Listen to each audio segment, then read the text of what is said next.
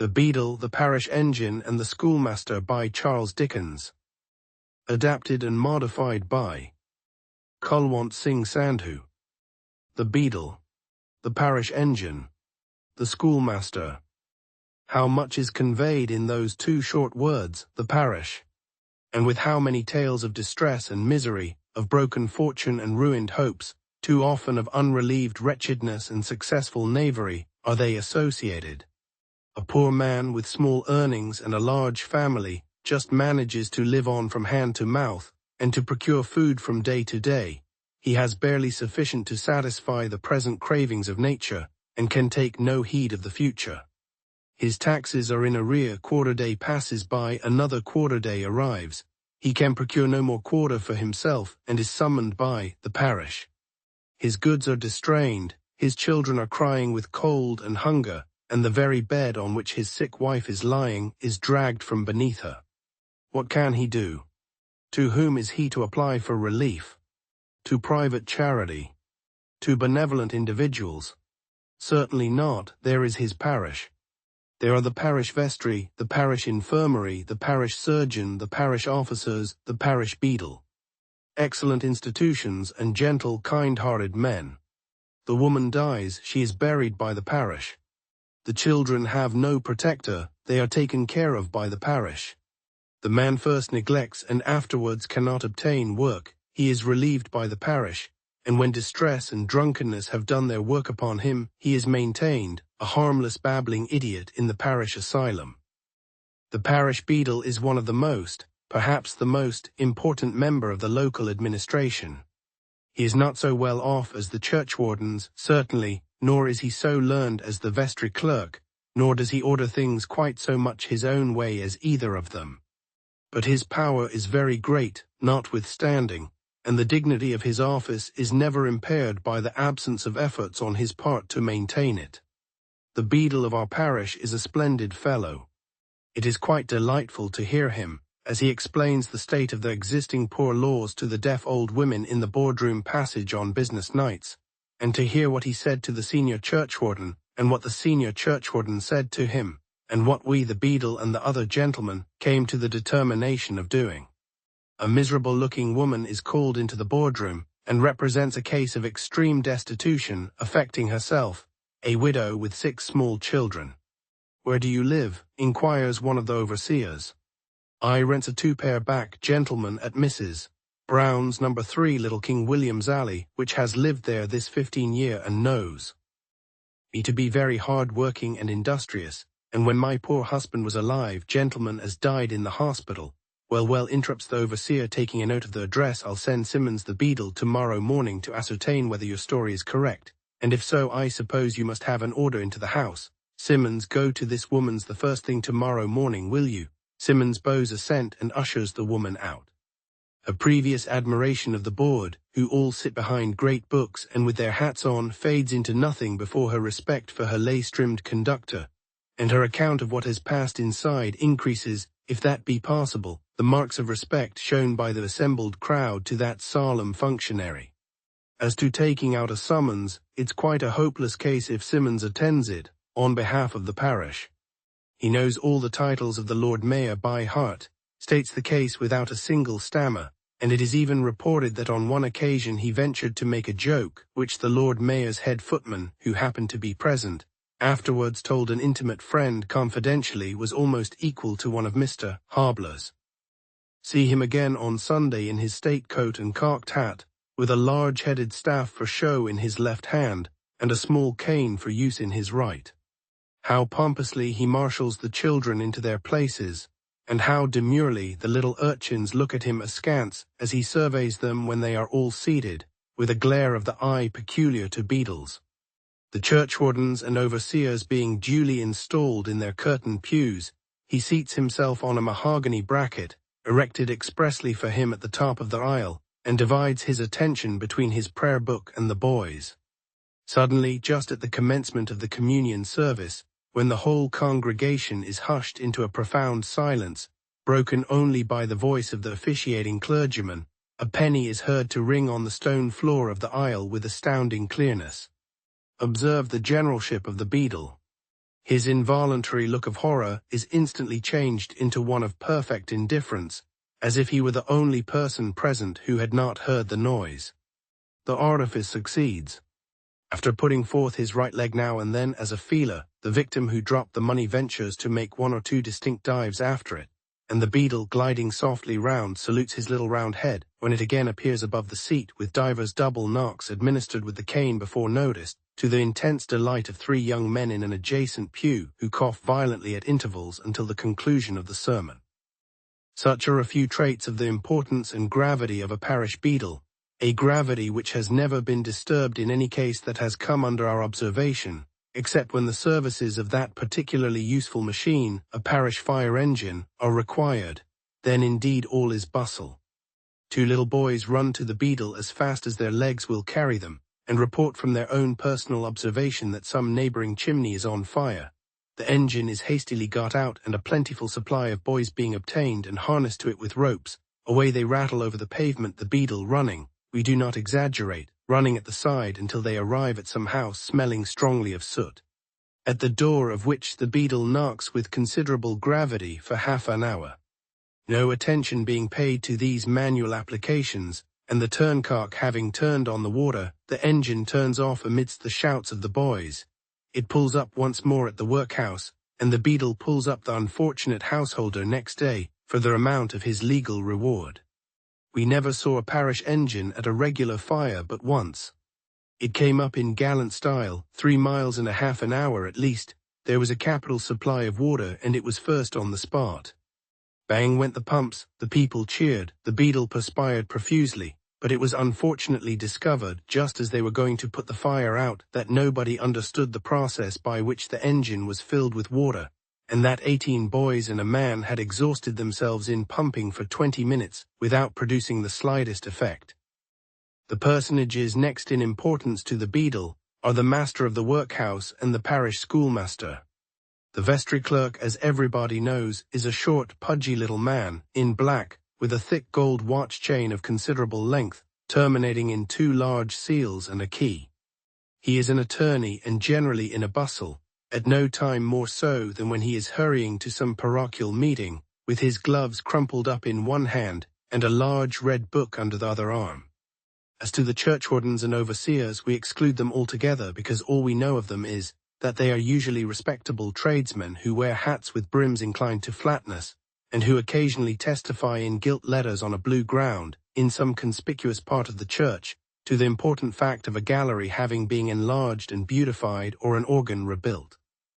The master of the workhouse is not, in our parish, nor is he usually in any other, one of that class of men the better part of whose existence has passed away, and who drag out the remainder in some inferior situation with just enough thought of the past to feel degraded by and discontented with the present. We are unable to guess precisely to our own satisfaction what station the man can have occupied before. We should think he had been an inferior sort of attorney's clerk, or else the master of a national school. Whatever he was, it is clear his present position is a change for the better. His income is small certainly, as the rusty black coat and threadbare velvet collar demonstrate, but then he lives free of house rent, has a limited allowance of coals and candles, and an almost unlimited allowance of authority in his petty kingdom. He is a tall, thin, bony man, always wears shoes and black cotton stockings with his shirt out, and eyes you as you pass his parlor window as if he wished you were a pauper, just to give you a specimen of his power. He is an admirable specimen of a small tyrant, morose, brutish, and ill-tempered, bullying to his inferiors, cringing to his superiors, and jealous of the influence and authority of the beadle. Our schoolmaster is just the very reverse of this amiable official.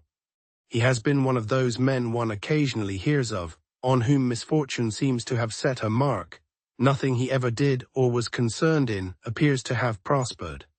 A rich old relation who had brought him up, and openly announced his intention of providing for him, left him 10,000 L. in his will and revoked the bequest in a codicil. Thus unexpectedly reduced to the necessity of providing for himself, he procured a situation in a public office. The young clerks below him died off as if there were a plague among them, but the old fellows over his head, for the reversion of whose places he was anxiously waiting, lived on and on as if they were immortal. He speculated and lost. He speculated again and won, but never got his money. His talents were great, his disposition easy, generous, and liberal. His friends profited by the one and abused the other. Loss succeeded loss, misfortune crowded on misfortune. Each successive day brought him nearer the verge of hopeless penury, and the quondam friends who had been warmest in their professions grew strangely cold and indifferent. He had children whom he loved, and a wife on whom he darted. The former turned their backs on him, the latter died broken-hearted. He went with the stream, it had ever been his failing, and he had not courage sufficient to bear up against so many sharks. He had never cared for himself, and the only being who had cared for him in his poverty and distress was spared to him no longer. It was at this period that he applied for parochial relief. Some kind-hearted man who had known him in happier times chanced to be churchwarden that year, and through his interest he was appointed to his present situation. He is an old man now. Of the many who once crowded round him in all the Harlow friendship of boon companionship, some have died, some have fallen like himself, some have prospered, all have forgotten him.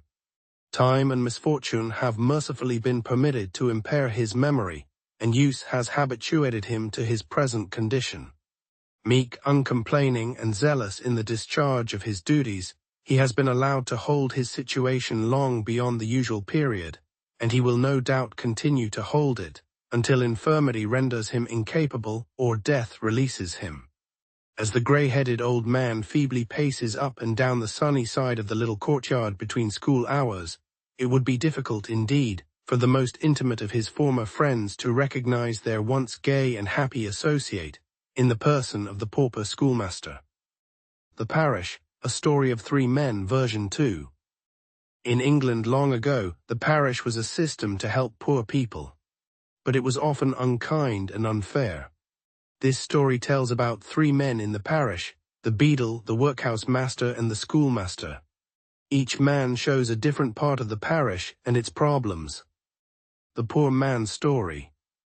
A poor man has a big family and little money. He works hard but can only buy food for each day. He has no money for the future. He cannot pay his taxes and time passes. The parish calls him. They take his things, even the bed where his sick wife lies. His children are cold and hungry. He asks for help, but no one listens. He cannot go to kind people or friends, only the parish can help. The parish has a vestry, a group of leaders, a hospital, a doctor, and a beadle. They seem kind, but they are not. The man's wife dies and the parish buries her. His children go to the workhouse, a place for poor people. The man cannot find work. He drinks too much and becomes sick. The parish takes him to an asylum, where he lives as a weak, confused man. The parish beadle. The beadle is an important man in the parish. His name is Simmons. He is not as rich as the churchwardens or as smart as the vestry clerk, but he has power. He likes to feel important. Simmons does many jobs. On business nights, he talks to poor people like old women about the parish rules. He tells stories about what he said to the churchwarden and what we decided. Everyone respects him. One day, a poor widow with 6 children comes to the vestry. She says she lives in a small room and works hard, but her husband died. The vestry leader writes her address and tells Simmons, "Go to her house tomorrow, check if her story is true." Simmons nods and takes the woman out. The crowd outside admires him because he works for the parish. If Simmons helps with a court case, he speaks clearly and knows everything about the law. People say he even made a funny joke once. On Sundays, Simmons wears a special coat and hat. He carries a big stick in one hand and a small cane in the other. He leads children into church and watches them. If a child drops a coin and makes noise, Simmons looks calm, but he hits the child with his cane. The children are afraid of him, and some boys laugh quietly. Simmons is proud, but he is not always good at his job. One day 2 boys run to him and say a house is on fire. Simmons gets the parish fire engine. Boys pull it with ropes and Simmons runs beside it. They reach the house, but no one answers the door. The engine sprays water, but it doesn't work well. The boys shout and Simmons looks busy, but the fire engine is useless. The next day Simmons asks the house owner for money, even though he didn't help much. The workhouse master.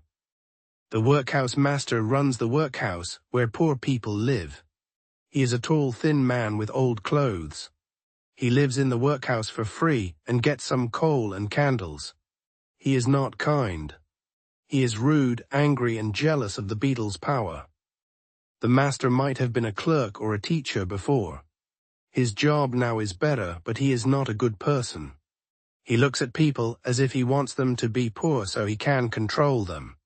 In the workhouse he is strict and treats people badly. He enjoys his power and doesn't care about their suffering. The schoolmaster. The schoolmaster is very different. He teaches children in the parish school. His story is sad. Long ago he was a smart and kind man. He had money and friends. A rich relative promised to give him money, but then took it away.